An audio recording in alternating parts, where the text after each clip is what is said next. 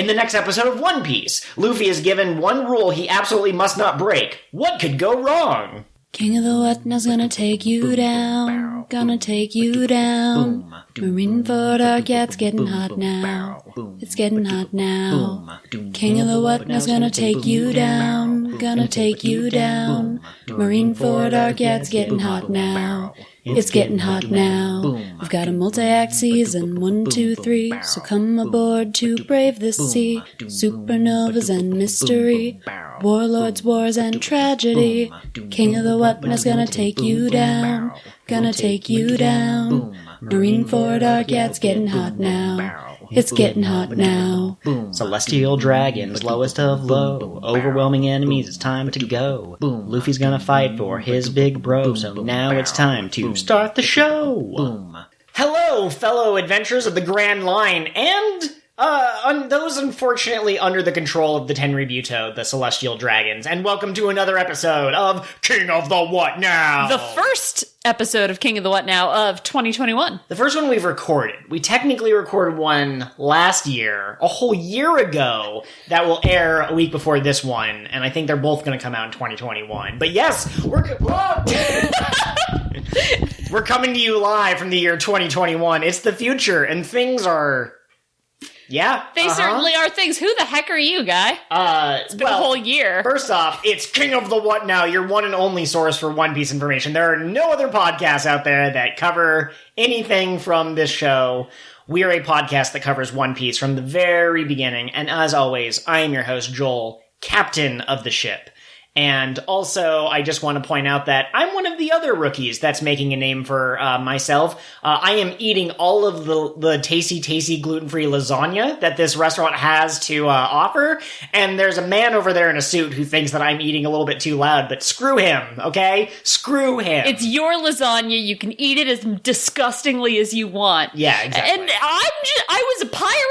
I was traveling, and I got captured by these people in spacesuits. I don't know what that's about, but I just want to go home. I just want to get tourist gifts for my family and leave. Let me go home. Oh, right in the feels. I thought we were going to go for a lighthearted tone, but you're like, let's talk about slavery right off the bat. That's where we're going to start. For real, though, I'm Kat. I'm the ghost of the show. Ooh, spooky 2021. See, the good thing about being a ghost is that the explosive collars just kind of slip off. You know? Like, they can't capture you. But before we get into that, we got to go into our famous segment. And I don't know why I call all of our segments famous segments. Someday it might be true. But it's time for chatting with the hosts. It has been a long time since we recorded. The 2020 depression hit me in a very real way. I don't want to go into details. Like I said, I like this podcast to be a little bit more lighthearted. But yeah, we definitely took a long break. But what are some of the things that you're excited to talk about? Oh, man. Stormlight 4 came out. Yes. Rhythm of War.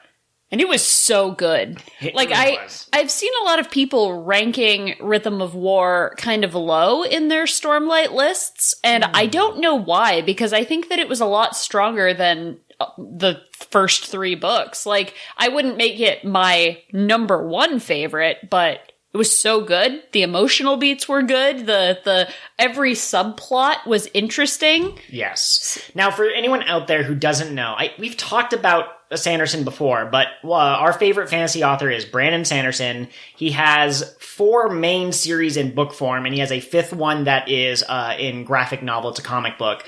And the Stormlight Archives is going to be the longest one of that series. And the first one is Way of Kings. So if you go to Barnes & Noble and you're listening to this recommendation, Way of Kings is where you start. And then Rhythm of War is the 4th full-length book, and there's 2 novellas or side stories. I don't remember what he calls them.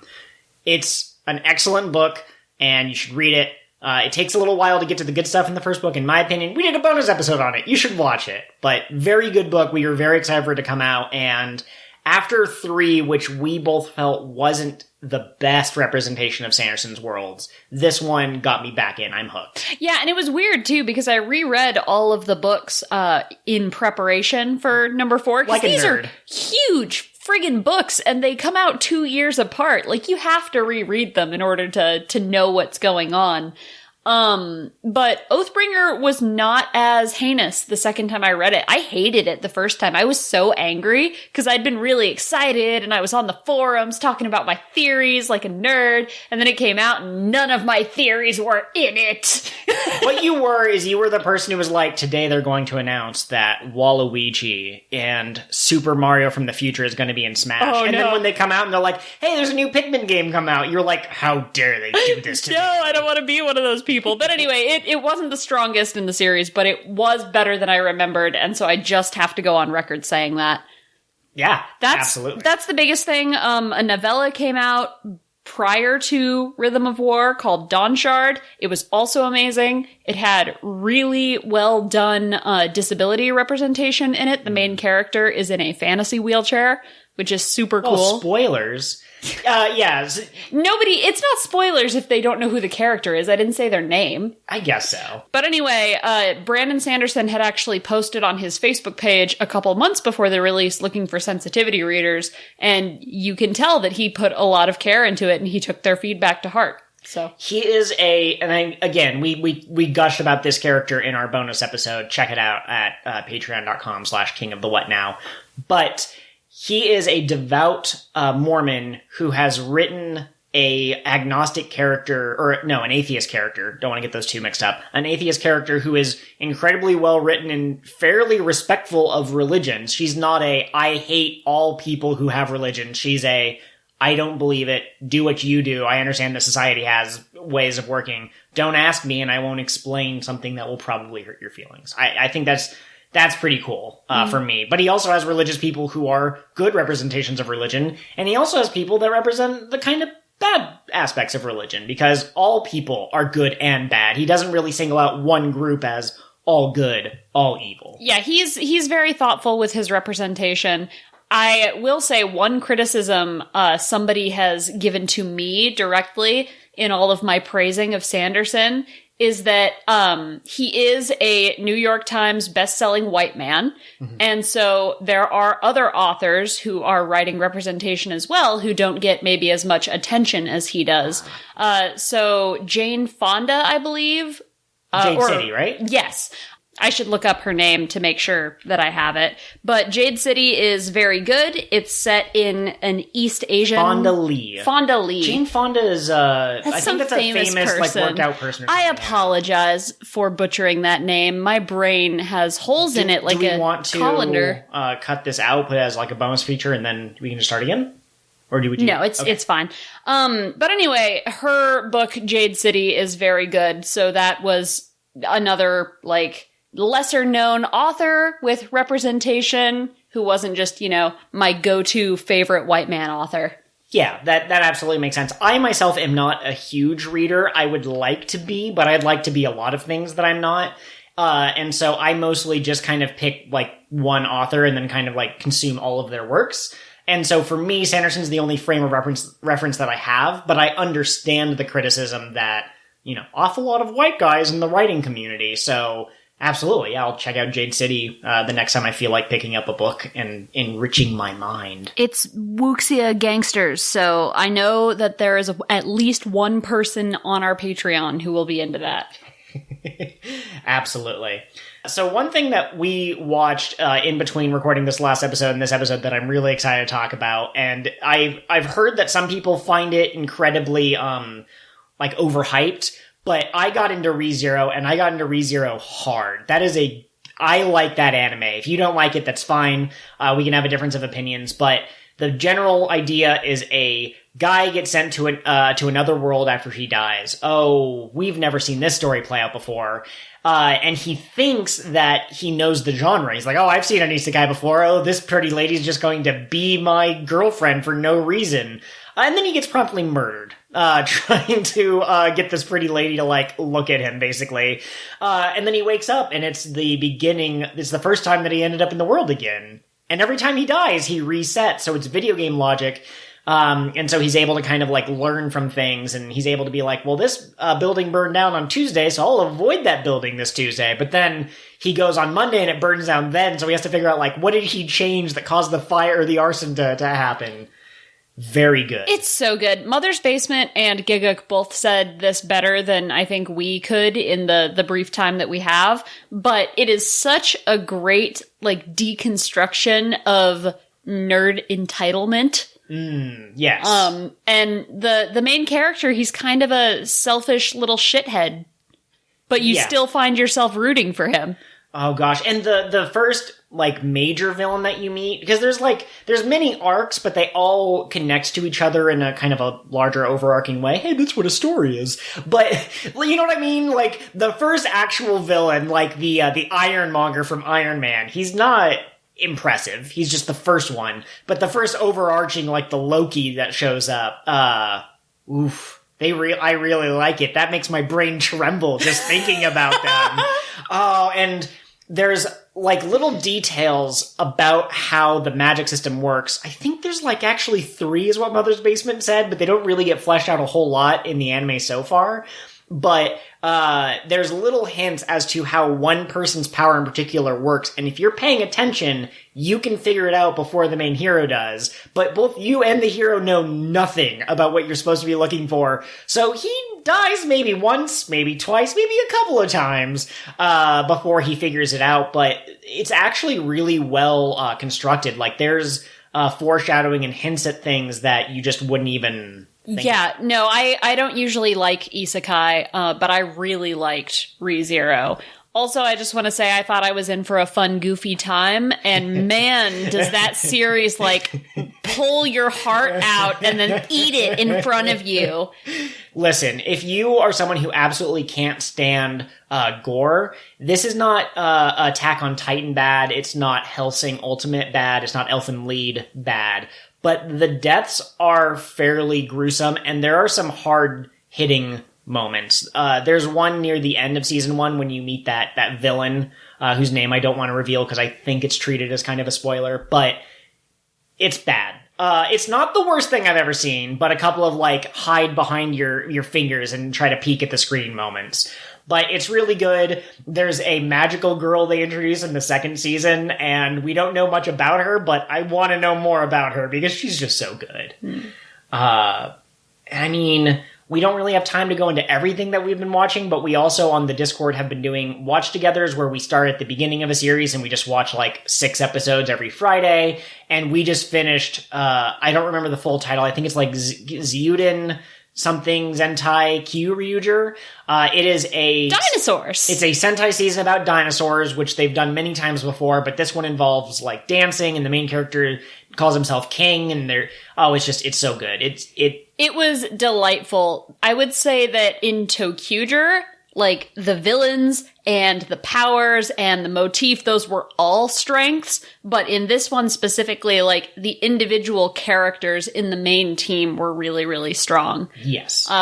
Also, we finished Witchy. I don't think that we were watching that the last time we recorded. I don't remember. I can't remember. Yeah. Anyway, we watched that with the Discord too. Shout out to you guys. We love you. Anybody who listens to this can join our Discord. You just gotta message one of us on Twitter. Absolutely.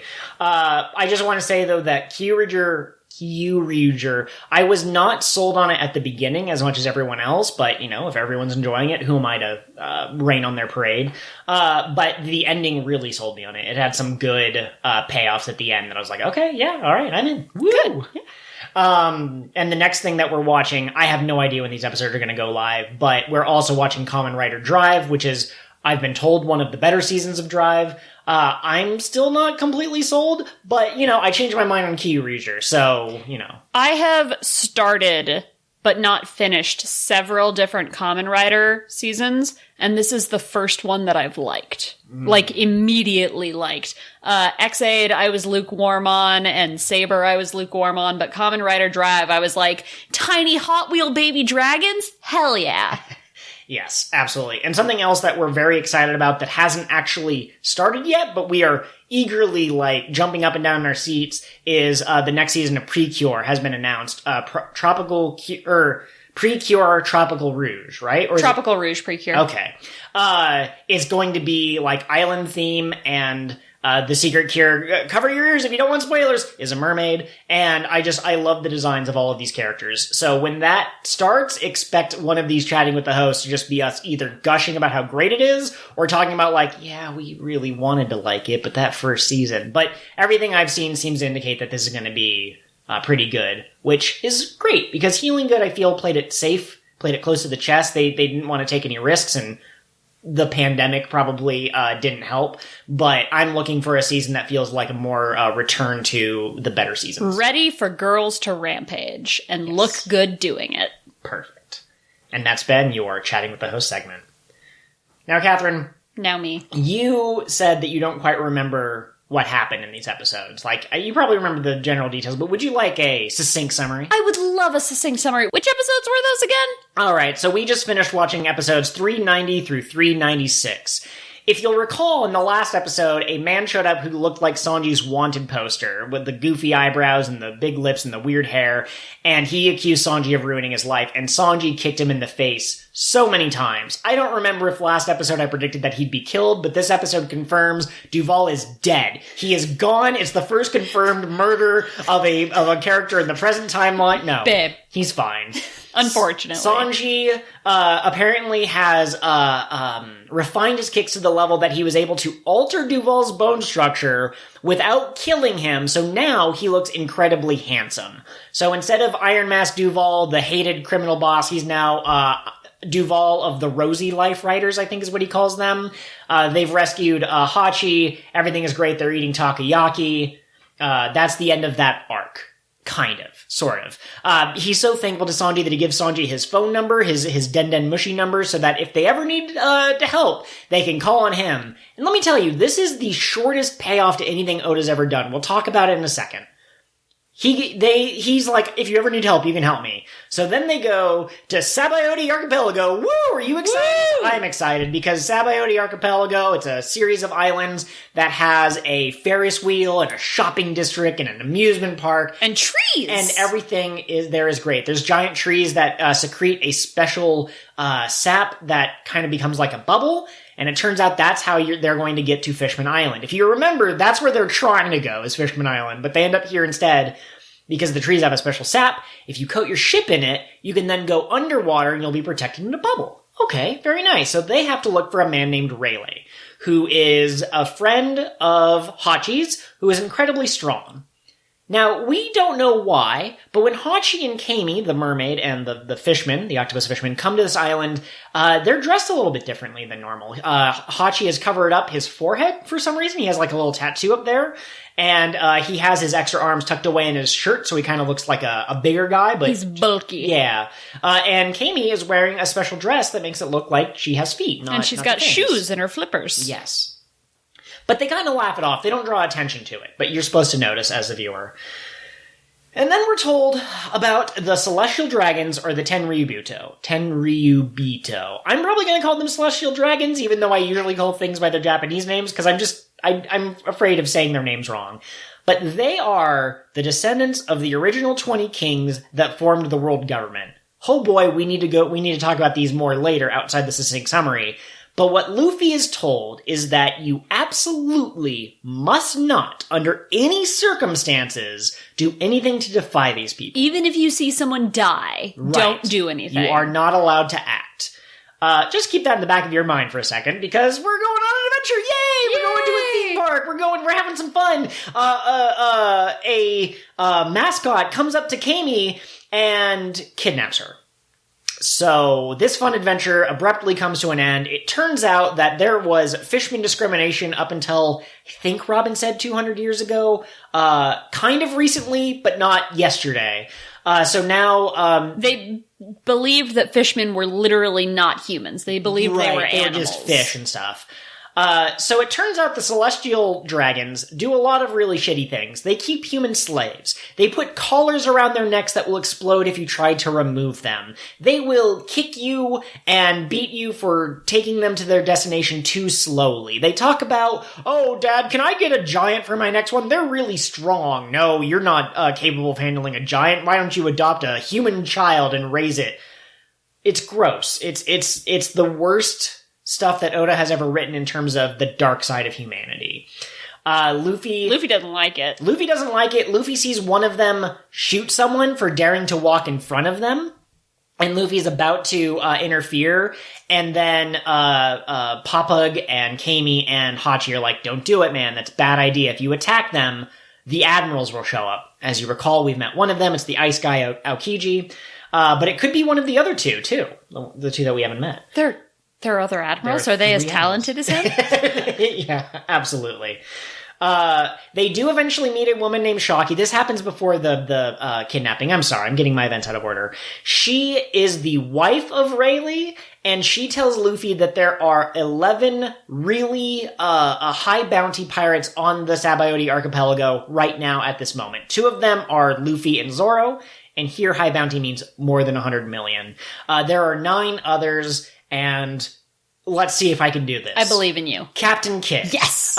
Killer, who's Captain Kidd's vice captain. Hell yeah. There's Trafalgar Law. Mm-hmm. There's Scratchman Apu, and I think his epithet is something like the Roaring Sea or something like that. It has something to do with music, I'm pretty sure, for reasons we'll get into next episode. Erouge, the Mad Monk. Jewelry Bonnie, I think she's like the Big Eater. Gang Beige. Gang Beige, who's like he looks like a mafioso kind of person. X-Drake is someone who shows up. We don't know much about him. And then Basil Hawkins. Yes! That's something that you eat. I just want to point that out. We don't get much about these different people. Like, you see Killer, he has like this kind of cool, mask helmet thing on. Law is the Surgeon of Death, and he's got like this really long sword, and he's got a puffy hat. But we don't get much interactions with them.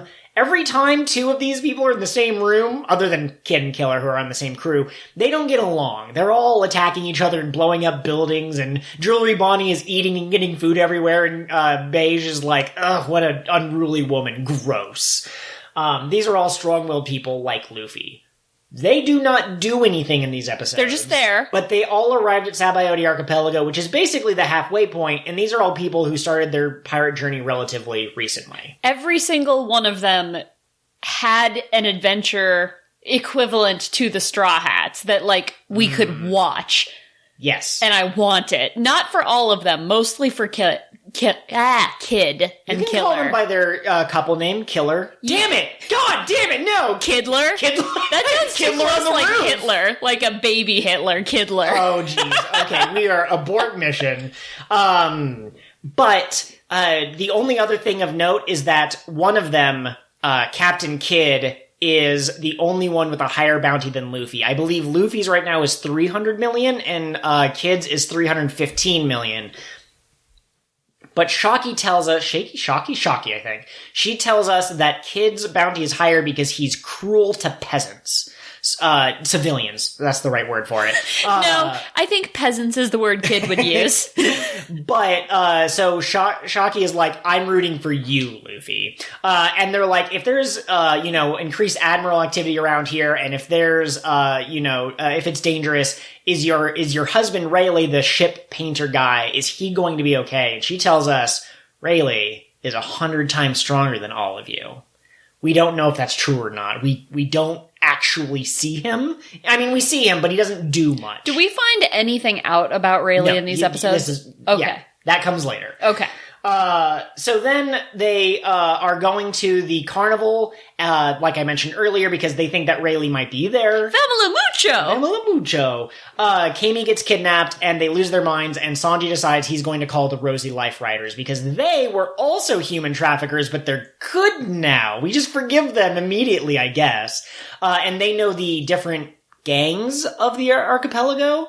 Also, I do want to note the archipelagos are numbered, and the closer you get to 0, the further center you go, the further inland, the more lawlessness happens. So, I think it's 20 through 0 are where all of the bandits and human auctions happen that the world government knows about and chooses not to do anything about. So that's super cool. Well, it's just peasants and fish, so yeah, who cares? So they realize that Kami being a mermaid is a very rare catch. They sell for a lot of money, so that she's going to be sold at the human auction.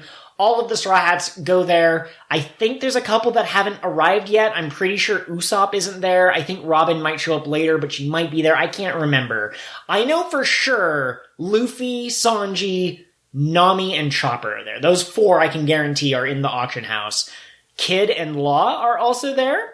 And here we meet the worst character in One Piece. Yes, I don't remember his name. I think it's Charlos? Or are you talking about Disco? I'm talking about Disco. Disco. Shitty Bojangles. I couldn't remember his name before you said Disco. Yeah, so we meet someone who might be Django's long-lost cousin.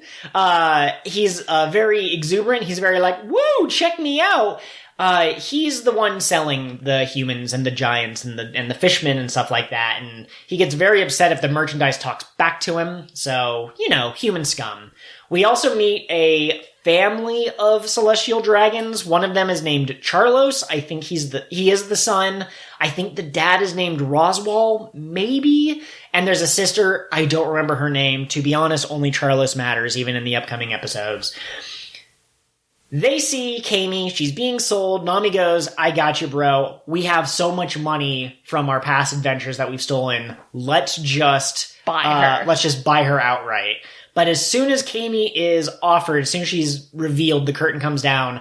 Charlos, the motherfucking celestial dragon, bids like 10 times more than the amount of money that Luffy and all of them have. So she's probably going to go to this guy. He mentioned that he just wanted to see how long she could outrun piranhas, so that's not good. We like Kami. Luffy decides he's going to break her out. So he starts running down the steps. He's at like the top of the stage and he's running down the steps, and Hachi goes, you can't. He tries to stop him, but Luffy's so strong that he's outrunning Hachi's grip. So Hachi brings out his other arms to try and restrain Luffy. Oh no, it's a monster! It's gross! So all of these asshole racist, bigots see Hachi and they think that they're going to catch diseases. They think he's going to kill them. They think all these gross things rooted in racism. And Charlos decides that it's best to shoot Hachi and celebrate that he shot the gross fishman. He's Everybody dancing look, I did it! Yeah, he tells his dad, I shot him, so I deserve to keep him. Luffy doesn't like that. Now remember, folks, we were told to never ever defy the celestial dragons. And Luffy technically promised. And Hachi reminds him, as he's bleeding out on the ground, potentially about to die, he's like, Luffy, it's my fault. I shouldn't have asked to be shot by being born a fishman. Very victim mentality bullshit. It's ingrained in not their DNA, but in their culture not to stand up to humans, because this is the kind of thing that will happen. Luffy goes, nah, bro, I got you. And he starts the slow ascent up the stairs, and everyone watching is like, what's he doing? The most powerful walk since Arlong. Probably, indeed, yes. And he goes up, and he pulls back his fist, and he punches Charlos square in the face, and launches him into the stratosphere. Punches him back into the manga. Now, what do you mean by that? It's black and white. Yes, the screen goes black and white for a moment. It's very intense. The music was good. The other 2 pirate captains who are there, Law and Kid, they both can see what's about to happen, and they're just stunned. They're like, there's no way. And they launched Carlos from the stratosphere, and that has been your succinct summary. And Joel, I have an award for you. What's that? It is the least succinct summary of all succinct summaries in 2021 so far award. Okay, yeah. Well, it wasn't succinct at all by any measure. No, not at all. Well, yes. But so much happened in these episodes, and there was so much new information. Man, I really like Sabaody. There's one more thing I need to point out that kind of goes in with the summary part of the episode. The person they're looking for, Rayleigh, you know what? I think we do get the piece of information you're asking about. He's shown in the auction house. He let himself get captured, or he might have gotten his gambling debt so high that he sold himself into slavery to pay off his debt. And he's shown with the epithet, Silver's Rayleigh, the Dark King, former vice captain of the Gold Roger Pirates. Sexiest grandpa alive is his secret epithet. Yes. He's very good. He doesn't get a lot of play in this episode. He does something, and we're not sure what it is, and it's referred to as hockey, and if you're paying attention, I think that's the second time that they've explicitly called something that. The last time was Whitebeard and Shanks, when Shanks came aboard the ship. And they glared at each other real hard. Marco mentioned, it's their hockey, it's so strong or something. So we don't know what it is, but it seems to be something reserved for the big name players, right? Former vice captain of the Pirate King, and then 2 of the Yonko, as Garp called them. So, who knows? So, Catherine, you said that you loved Sabaody, and I love Sabaody too, but what about it do you love? Honestly, all of it, but no, Sabaody introduces a ton of new players, and like you kind of hinted at in your succinct summary, we don't get a lot from most of them in these episodes. You know, Rayleigh is there, but he doesn't do a lot. You can tell his stuff is coming, and then like the Supernova? Yeah, thank you. The Supernova. I wanted to call them the Ryabito, and I was like, no, that's wrong. Oh, I have a funny story for our listeners. So, Joel used to talk about the 10 Ryabito a lot when I was first getting into One Piece. And at some point, I looked at him and I was like, so when do we meet the 10 Ryabito? And he's like, we've met them. And I went, no, we haven't. And he was like, do you mean the Celestial Dragons? And I was like, no, Joel, I mean the 10 Ryabito. There's 10 of them. And he went, no, Catherine, that's one word, sweetie. Oh, man. They are a fascinating group of people. And yeah, I think you mentioned this at some point, that they're dressed funny. They have these suits where there's like a bubble around the head and then kind of like baggy clothes around their body.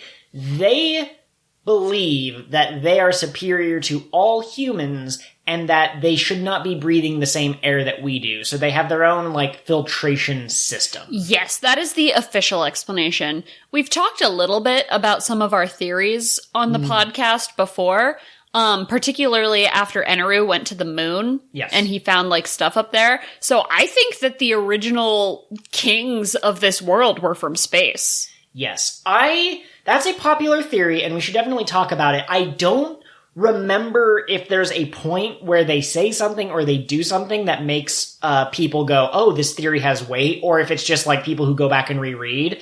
But the 2 pieces of evidence that we've been presented with so far that I think are pretty strong is, one, their suits that they wear, we're told it's to filter air, but like you said, they look like spacesuits.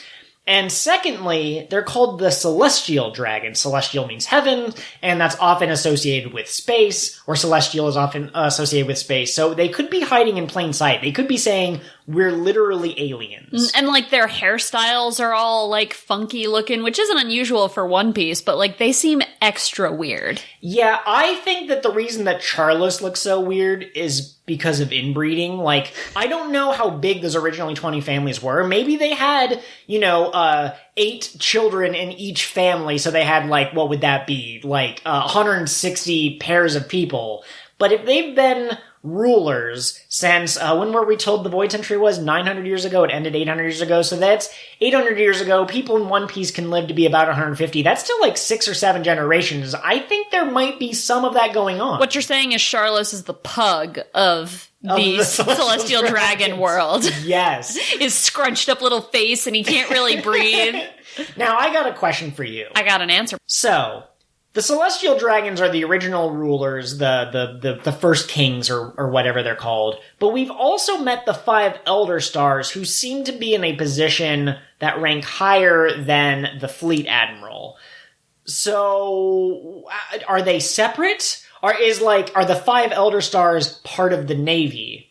And the Celestial Dragons are like the kings? Or do you think... Maybe the 5 Elder Stars are the remnant of whatever culture was in charge before the first kings took charge. And maybe they, like, let them have this scrap of power off to the side as long as they follow them, serve them, I guess. So you use they pronouns there. So you're saying that the Elder Stars basically said, please spare us, and the Celestial Dragons maybe kept them as pets or something, or like, oh, we'll spare you so you can see how we're screwing with the planet. Yes, something like that. Yeah, I like that a lot.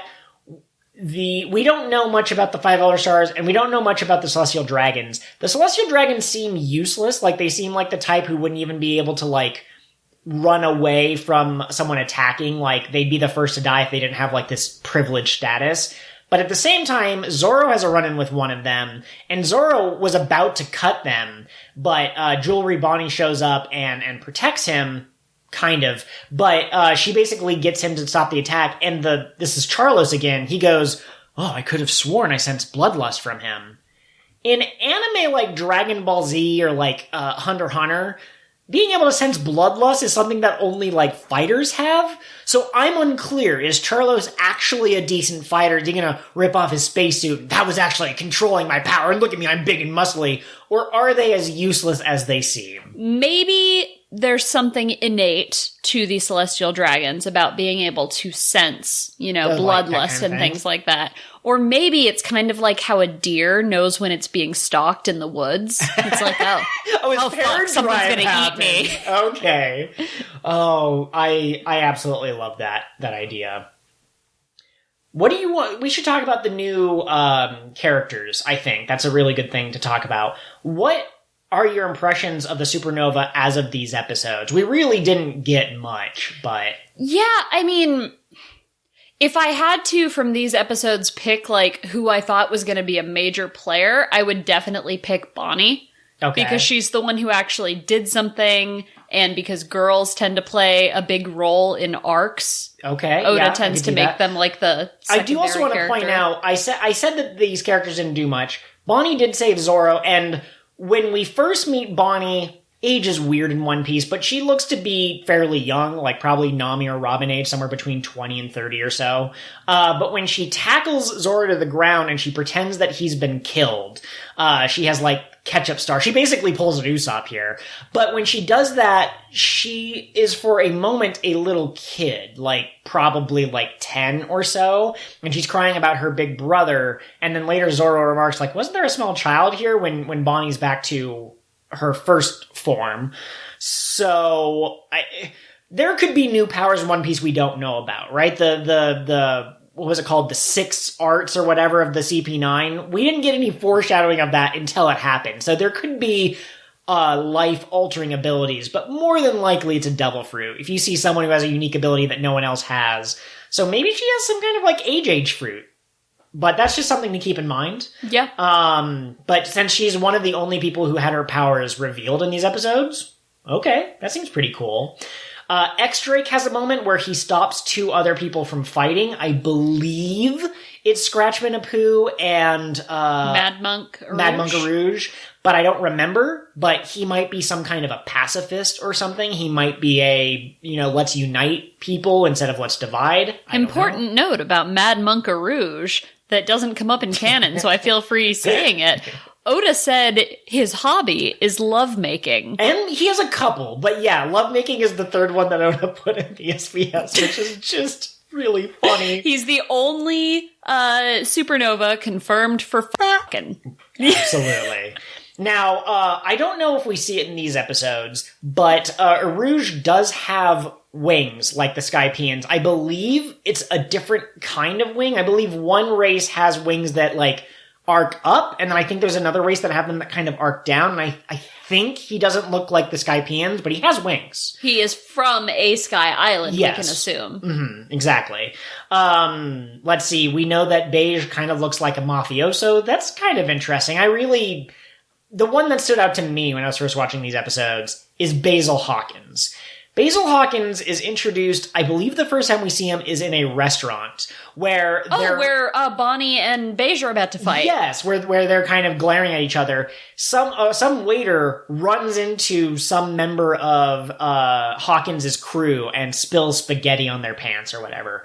And this guy is about to beat up the waiter, and Basil goes, "No, I don't see the shadow of death on them at this time." And he has, like, tarot cards. And all his followers are dressed like cult members. Yes! So Hawkins is definitely one to kind of, like, look out for. This is not future knowledge, but he just seems kind of interesting. Do we have people who can predict the future? We have people, oh god, I've already forgotten her name, but the people of Sky Island and Eneru, they had that mantra ability where they could sense people. If you had that ability and you cranked it up even further, because we're getting further into the Grand Line, the fighters are going to get stronger, is this an ability that lets you see into the future or something? Or can you read other people? Can you read their vitality or their fighting strength? That'd be kind of cool. That was something that Owlboy from Fukaboshi, maybe? From the CP9 did. He touched each member of the member and he was able to say, oh, Jobber's stronger than this person and Khalif is weaker than this person. So the brief play at power levels in One Piece. I'm so glad that went away. Hey, it might not go away. Maybe Hawkins is doing that, but no, we don't have any confirmation on how his powers work. I just want to say, I promised Joel before we were recorded that I wouldn't bring any of my future knowledge into the discussion of the supernova, but I have to say, I love Kid so much. He's a nasty little gremlin man. That's all. Just visually alone. Like, he's got the sharp teeth, he's got the spiky red hair. He's a Bakugo, but he hasn't told anyone to kill themselves, so I can like him. He looks like how I imagine a human Bowser might look in the One Piece world. He's not quite, like, bulky enough, but, like, give it time. We're not at the end of the series. He has time to, drink some protein, do some squats. Oh no, Joel. If he's Bowser, now you must imagine Kid-et. Kid-et and the Cadets. Okay, so they're all in sailor uniforms. Also, Law's here. The fandom really loves Law. Law is also interesting. His epithet is the Surgeon of Death. And what does that mean? It means he and Chopper are going to have some words. I mean, I guess so. But like when I hear Surgeon of Death, the first thing I think of is like the doctor from Akudama Drive. Someone who has medical knowledge but uses it only to kill, not to protect. See, the first thing I think of when I hear Surgeon of Death is Kevorkian, the guy who was helping his patients with assisted suicide. Because he was literally known as the Surgeon of Death. Okay, that's history I didn't know. That could very much be the case. I do not know.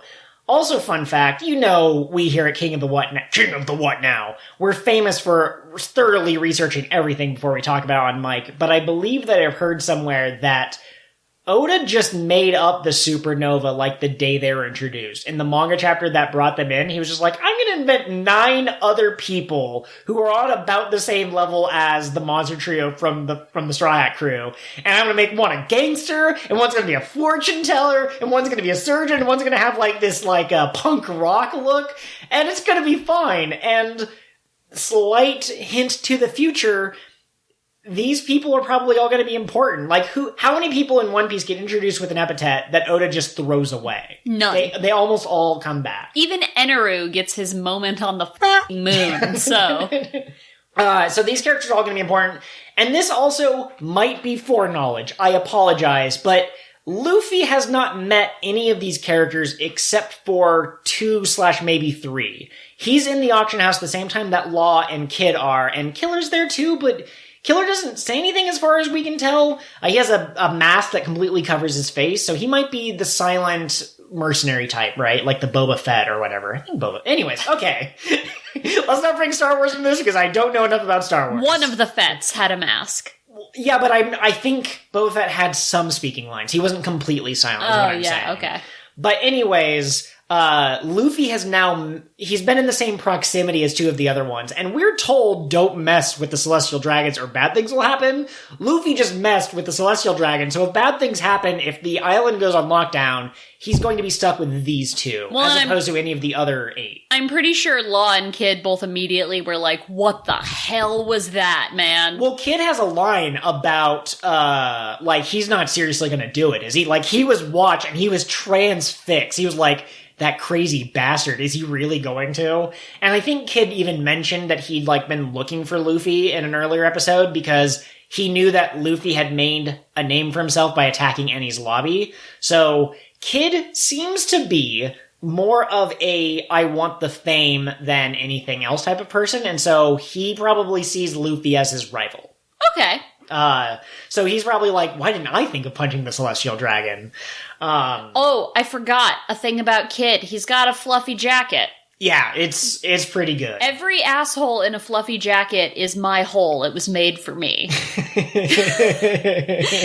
We got some new information that we already basically touched on, but the thing about the fishman not being seen as human was it puts an interesting light on Arlong Park, I think.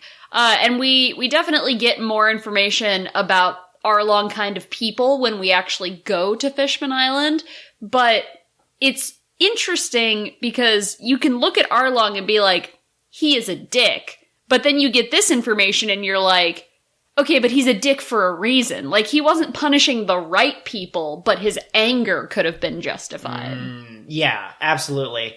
We're not ones to talk about politics too heavily. We're not experts. We don't know much about racial injustice or systemic injustice or that sort of thing. But if the government has been treating fish people as subhuman, and we can clearly see that they have thoughts and feelings of their own, they are sentient. But if they've been receiving that for 600 years, if you take away the 200 that Robin mentioned, that's not something that can just be forgiven or forgotten overnight.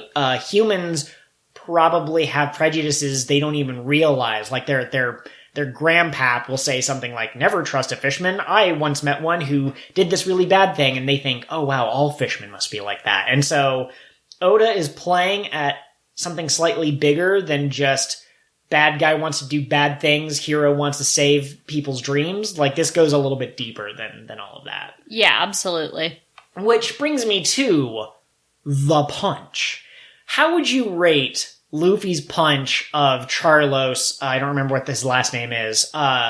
How would you rate that in terms of satisfying Luffy punches? 10 out of 10. Okay. Most satisfying. I'm pretty sure the first time I saw this scene, I screamed. Like, I don't remember exactly because it was many years ago, but I was so thrilled that this guy got punched in the face. We all knew it was coming. We knew Luffy was going to hit him, and then he did! It's so funny because when I was first reading this, and Luffy was told, don't do this thing, and he promised, I was of two minds. On one hand, we know that Luffy doesn't care about anyone else's rules. He will do whatever he wants. On the other hand, he did make a promise, and promises, some people look at them as kind of being kiddie, but this is for younger audiences. So I wasn't sure if he was going to uphold the promise or not. And then when Zoro almost attacked, I should have realized, but it still didn't. It wasn't until the very moment that I saw Luffy turn around with murder in his eyes that I went, oh, this is not good. This is not good. Luffy's gonna mess this up for everyone. So we are gonna have to see what happens in the next episode, but I chose these episodes very carefully, and I think this was the perfect stopping point because stuff's gonna hit the fan. It's gonna hit the fan real hard. Other than the punch, did you have any favorite quotes or scenes? I did really appreciate Sanji is with the Rosy Life Riders, and he got on, I think its name is Montebaros or something. I don't have it in front of me. He got on the bull. He got on the bull with the leader of the Rosy Life Riders, and everyone else, like Usopp and them, got on flying fish. And Sanji realizes that this bull moves very slowly. Like, the flying fish can go, like, just to give an example, like 10 miles an hour, probably faster than that, but the bull goes 1 mile an hour, like really slow. And so the entire time, Sanji's like, can't you make this bull go faster? Because they're looking for Kami. They don't know she's at this specific auction house yet. Right. And so they're going, can't you move any faster? Can't you get information faster? And then eventually it turns out, they find out the person who stole Kami. I don't know if it matters. I think his name is like Pete, the human trafficker or something. And Sanji's like, we gotta go. And Duval has the one and only cool moment that Duval is allowed, where he goes, hey, Sanji, did you notice I haven't changed course at all? And Sanji goes, what? And Duval goes, I've known it was probably Peterman who stole, I think that's his name, Peterman, but it was Peterman who stole Kami this whole time. I've been heading to our destination the entire time. And you're like, Duval, you're weird and a creep, and you did a lot of bad things that we shouldn't just forget about, but in this one moment... And then they arrive and Chopper's already there. And Sanji is so mad. He's just like, you said we were going to get here first, you asshole! Chopper stealing Sanji's thunder. Oh my goodness gracious. That's pretty good. There's a part that I'm only going to bring up because it has to do with the discussion we'll have later. If I don't mention it now, later people will be like, well, you didn't talk about it at the time. There's a scene where Zoro is surrounded by a bunch of bounty hunters who are like, oh, if we can take down Zoro, we'll get 120 million berry bounty. That's pretty awesome. But as they surround him, Zoro kind of like looks up and there's kind of like a shockwave or something, and they all just kind of stand down. They're like, oh, we don't want to mess with you. And Zoro kind of walks off. And the funny thing about these episodes is that they're worried that Zoro's going to get lost when he gets off the ship. And he goes, the trees are numbered. So he looks up and he goes, oh, we're at tree 1. They're not at tree 1. They're at tree 41. And there's a bubble in the way of the 4. So this entire time, as he's trying to get back to the Thousand Sunny, he goes to Grove 1, but turns out that's where the human auction shop is. So he was actually pretty close to where he needed to go. And then Luffy flying by on a fishman goes, hey, Zoro, get on! No time to explain! And just grabs Zoro by the back of the neck and pulls him up. And Zoro has a line that's like, not again! How many times has Zoro been snatched in the middle of a clearing by his stupid captain? My other favorite thing about this week's episode of the Zoro getting lost bit is these guys surround him, and he intimidates them into standing down, and he goes, hey, give me directions to tree 1. Yeah. And they're like, you go that way. And he ends up going in a circle and coming back to these guys, and he goes, hey, what the hell? You gave me shitty directions. Give me the real directions this time. And it's like, no, Zoro, baby, you're just an idiot. So, any other favorite moments from these episodes? Yes, Brooke being the frightened old man at the carnival. Every single ride he goes on, he's just, like, absolutely miserable. And I'm pretty sure he eventually gets off a roller coaster and he's like, I've died, but I'm already dead, or something like that. I think, the first, one of the ones he gets on is a roller coaster. He goes, oh, this is quite nice as it's going up, but then when it goes down, he's screaming, and afterwards he's like, I thought I was gonna die. And then at one point he gets on another one, and it's the one that goes up slowly and then falls. And he goes, oh, this one's nice and calm. It's just like, whoa!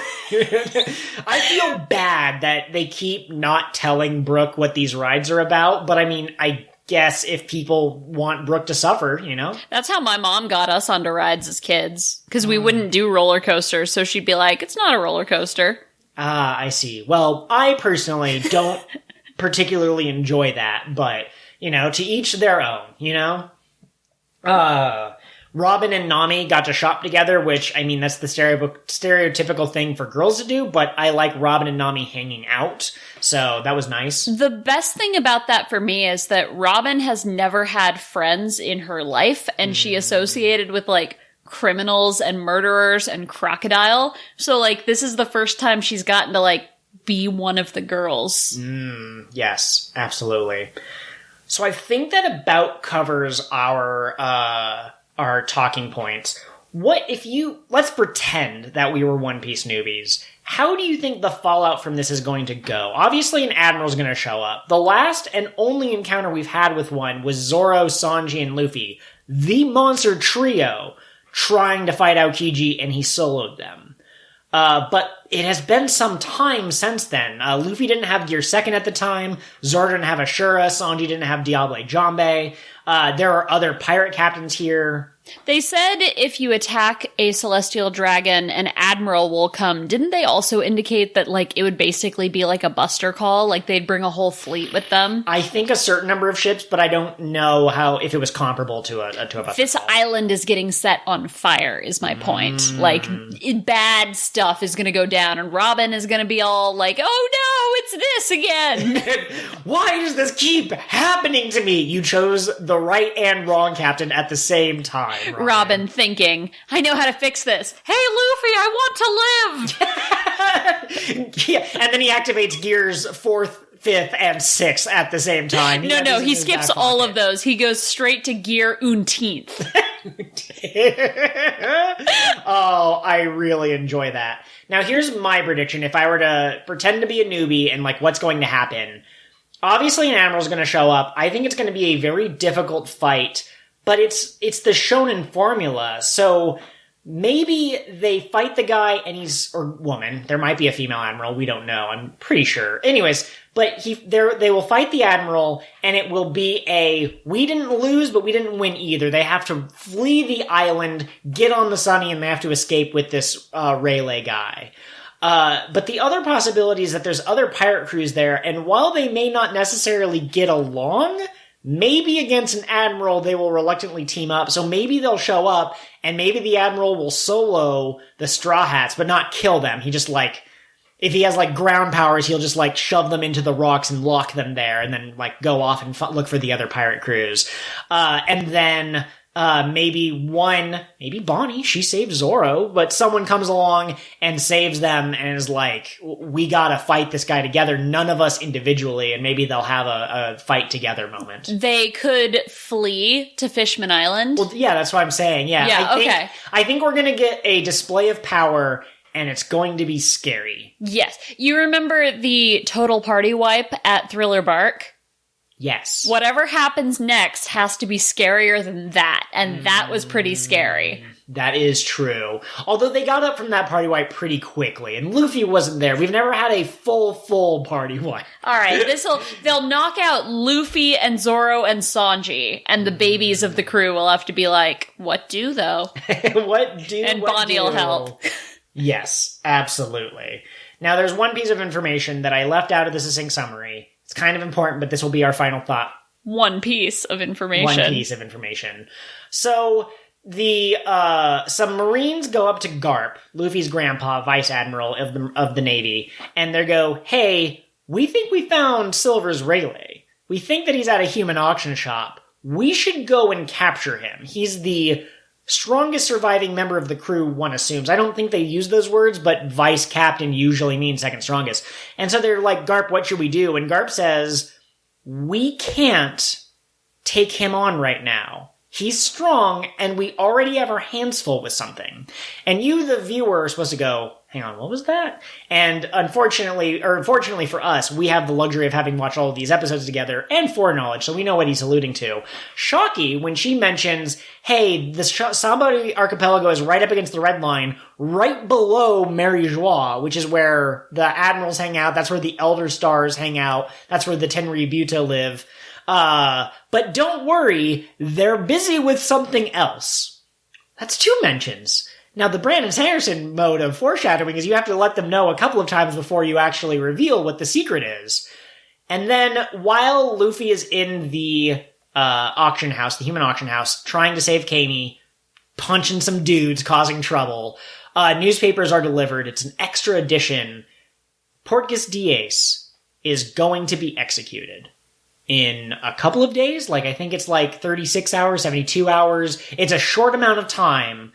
He lost to Blackbeard. It was heavily implied when his hat was shown at the end of that episode, but now we have confirmed. He was captured, he's going to be killed, and someone remarks, I think it was some rando, but it might have been Garp, but going after Portgas Diaz, 2nd Division Commander of the Whitebeard Pirates, is sure to invoke the wrath of Whitebeard, who we have seen go toe-to-toe with Shanks, who we have seen makes the sky shake when he's angry, who we have been told by Buggy, you do not mess with this man. So, you've got your A-plot with Luffy punching a spaceship man, and you got your B-plot with Whitebeard's gonna do something, and we don't know what's going to happen. And also, consider for a moment, what will Luffy do with this information? Or, will this be an irony where Luffy is always in the wrong place, and because he doesn't read newspapers, he never finds out about it until it's too late? That would be really shitty of Oda, to have a character realize, oh, a newspaper came out 4 days ago saying that they were going to kill my brother, and I missed it. That time he looked at the Beaver card, and he was like, Ace will work it out. Oh, that's right. It did start to burn up, didn't it, at one point? So I guess this Ace, having been captured, has been foreshadowed a couple of different times now. But yeah, it's just, a storm is a brewing, and I'm very interested to see where it goes. Absolutely. And with that, I think that's been your Doot. Final thought. Outro goes here. Thank you for listening, everyone. Unfortunately, no thoughts from the crew. We didn't skip it. We didn't forget it. We just didn't hear from anyone. Next episode, we will be... I don't know if this counts as a spoiler, but we'll be finishing the Sabaody Archipeligo arc. That's episodes 397 through 405. It's a lot of episodes, but we're tackling them all at once because I don't believe in watching these in pieces. Thanks for listening, everyone. Have a great day. Bye. And Happy New Year. New Year. Ha-ha! What a great episode of King of the What Now, your One Piece podcast that started from the very beginning and stars these two doofuses. If you want to follow us on social media, Twitter is the best place to do that. I am at KOTWN_pod. And I am at Pirate Ghost Host. Absolutely, yes. We share all sorts of thoughts on there, some related to the podcast, some related to other things. But you can also reach us through email at kingofthewhatpod@gmail.com, or you can also find us on Patreon. We would love some subscribers or supporters, whatever the technical term is. Patrons. So fancy and grown up. And you can find that at patreon.com/kingofthewhatpod. You can find all sorts of things like bonus episodes, and you get to see the full cold open candidates, not just the ones that make it into the episode. Maybe someday if I learn to draw, I'll put stuff up there. We're always looking for suggestions and feedback. And speaking of which... please take a moment to rate and review our podcast wherever you get us from. So iTunes, Spotify, Scrivener, that's for writing. But wherever you listen to our podcast, take a moment to leave a review. It helps other people find us. We are so grateful to all of our listeners, and we couldn't do this without you. Absolutely. Word of mouth is super powerful, so if you have a friend who likes One Piece and they haven't heard of us, just direct them to the latest episode. And if they hate us, they can tell us why. And if there's an actionable item, we'll try to please you. That's how this works. Thank you, everyone. Have a great day.